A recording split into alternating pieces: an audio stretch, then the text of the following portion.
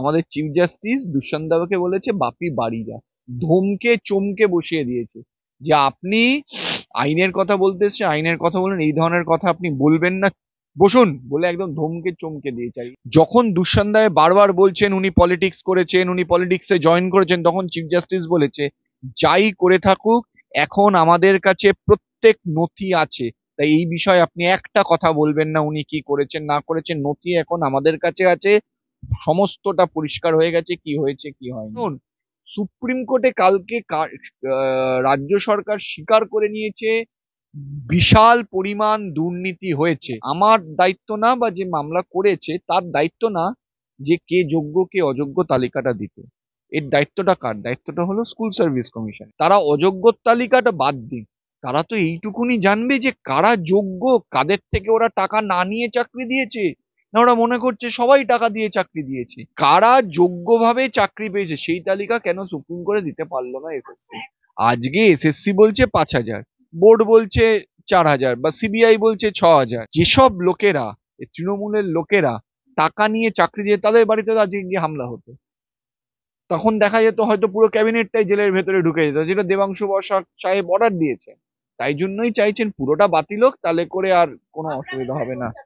26,000-এর চাকরির রায় এলো না, কার্যত সবাই অপেক্ষা করেছিল। আমি বলছি এই মুহূর্তে দাঁড়িয়ে চাল কাকড় আলাদা করা গেল না, চাল কাকড় আলাদা করার দায় কার? আর কেন এই সব বামপন্থী আইনজীবীরা যাদের বিরুদ্ধে আপনাদের ক্ষোভ উগরে উঠছে, কুণাল ঘোষ বারবার কথা বলছেন, বলছি তারা কেন মামলা করতে যাচ্ছেন বলুন তো? কি তাদের ইন্টারেস্ট আছে আজকে সেটাও জানার চেষ্টা করব।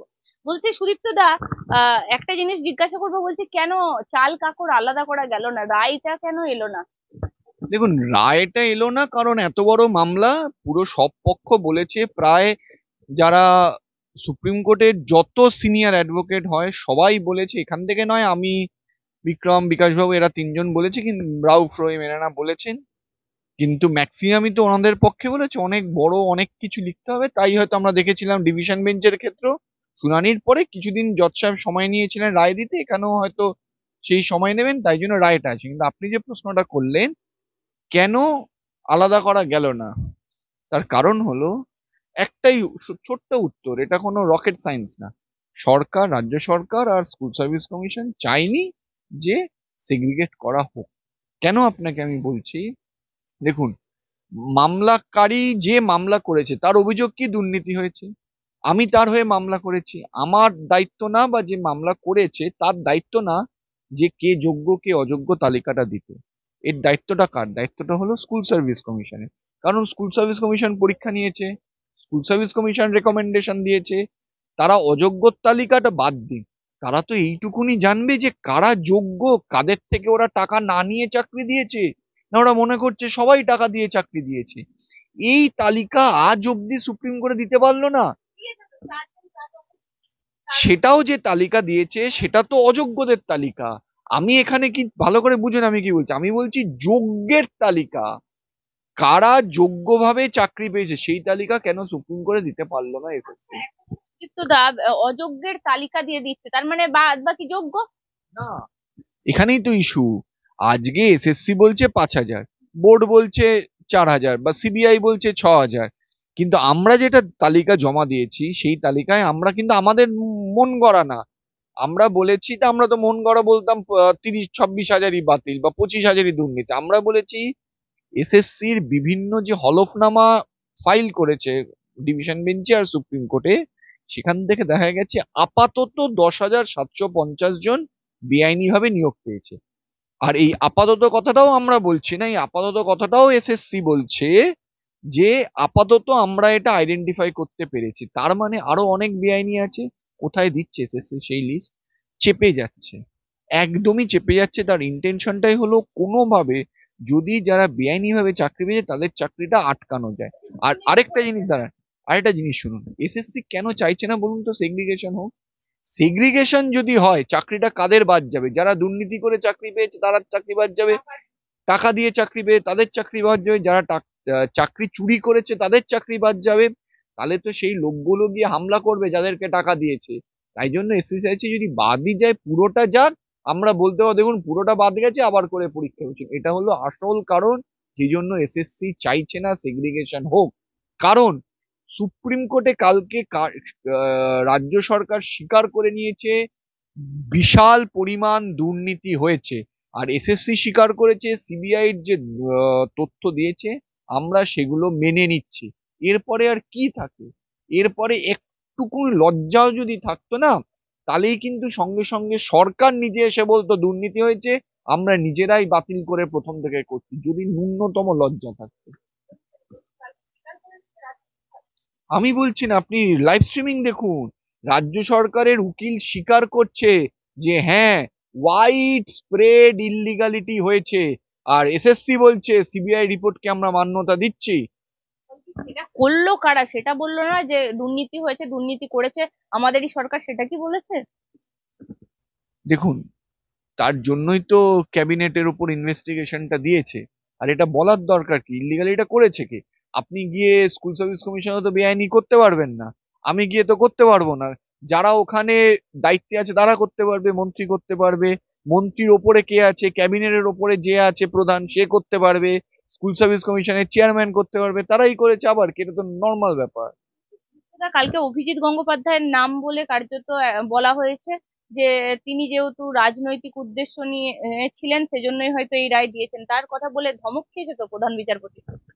আমাদের ছোটবেলায় সৌরভ গাঙ্গুলি যখন খেলতো একটা কথা খুব প্রচলিত ছিল, সৌরভ যখন ছয় মারতো না, একটা কথা খুব প্রচলিত ছিল, কি বলুন তো, বাপি বাড়ি যা।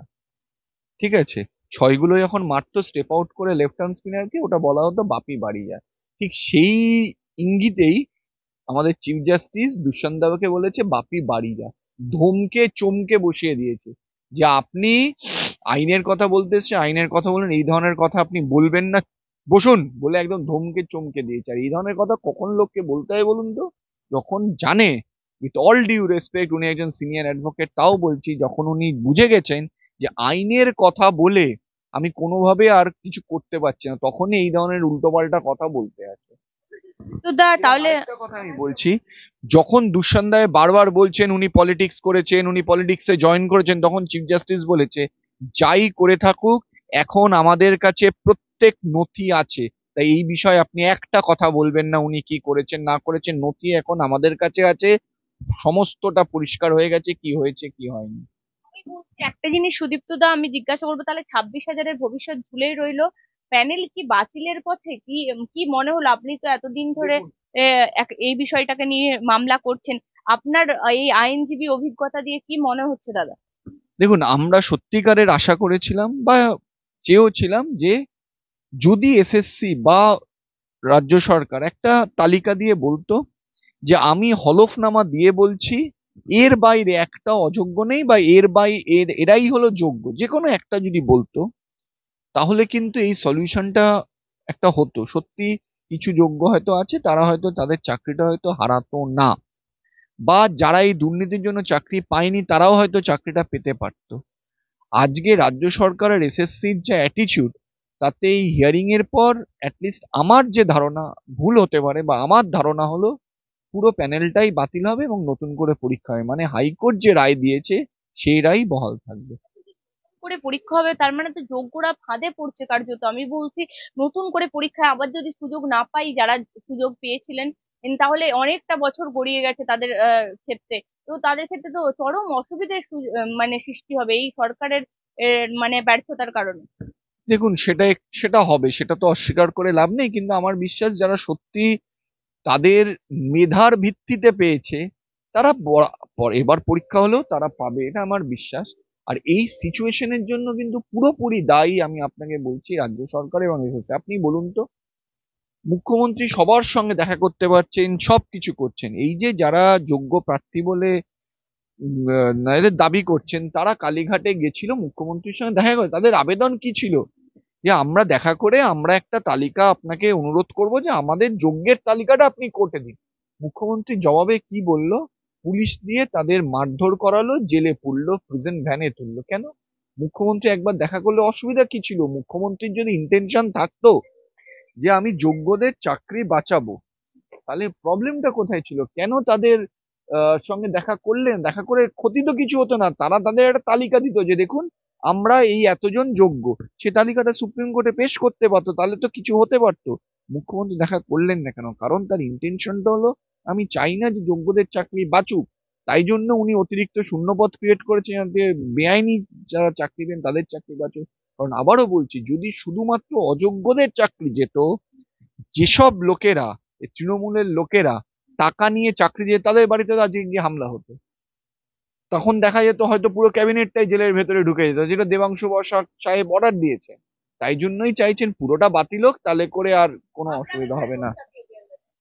দেখুন, আমি এর আগেও আপনাকে বলেছি, আরো অনেক জায়গায় বলেছি, যারা এটা বলছে, যেসব শিক্ষকরা বা অশিক্ষক কর্মচারীরা, তারা যদি যোগ্য হয়, তারা যদি ঠান্ডা মাথায় ভাবে, তারা ভাববেন, বুঝতে পারবেন যে এর জন্য যদি কেউ দায়ী হয় সেটা হলো রাজ্য সরকার। আমরা, কোর্টও তো বলেছে, বারবার কোর্ট বলেছে আপনি অযোগ্যের যোগ্যের তালিকা দিন। আমরা যখন 10,750-এর তালিকা কালকে দিয়ে বললাম দেখুন এটা হলো আপাতত অযোগ্যর তালিকা, তখন তো চিফ জাস্টিস বললো যে আপনি বলছেন 5,000-এ তো 10,750, এবং এটা তেনাদের মন গড়া না, একদম লিখে দিয়েছে কোন পেজে কোন এফিডেভিটে আপনি বলেছেন। তাহলে আপনাদের এই ডিফারেন্স কেন? কারণ এতে পরিষ্কার এসএসসির ইন্টেনশনটাই হলো যে যাতে সেগ্রিগেট না হয়। 26,000-এর ভবিষ্যৎ কার্যত এই মুহূর্তে খাড়া ঝুলছে। 26,000-এর ভবিষ্যৎ দেখুন, শুনানি কমপ্লিট হয়ে গেছে, আমরা সবাই ওয়েট করছি 26,000-এর চাকরির ভবিষ্যতে। খুব দ্রুতই হবে আমি আশা করছি। এই ধরনের মামলা বেশি দিন রাখবেন না, খুব দ্রুতই হবে। এরপর কি আর কোথাও অ্যাপিল করার সুযোগ থাকবে? খুব বেশি হলে সুপ্রিম কোর্টে রিভিউ করতে পারে, কিন্তু মেন জাজমেন্ট চলে আসার পর রিভিউটা একটা ফর্মালিটি, এর বাইরে খুব একটা কিছু চেঞ্জ হবে না, মেন জাজমেন্ট যা আসবে তারপরে।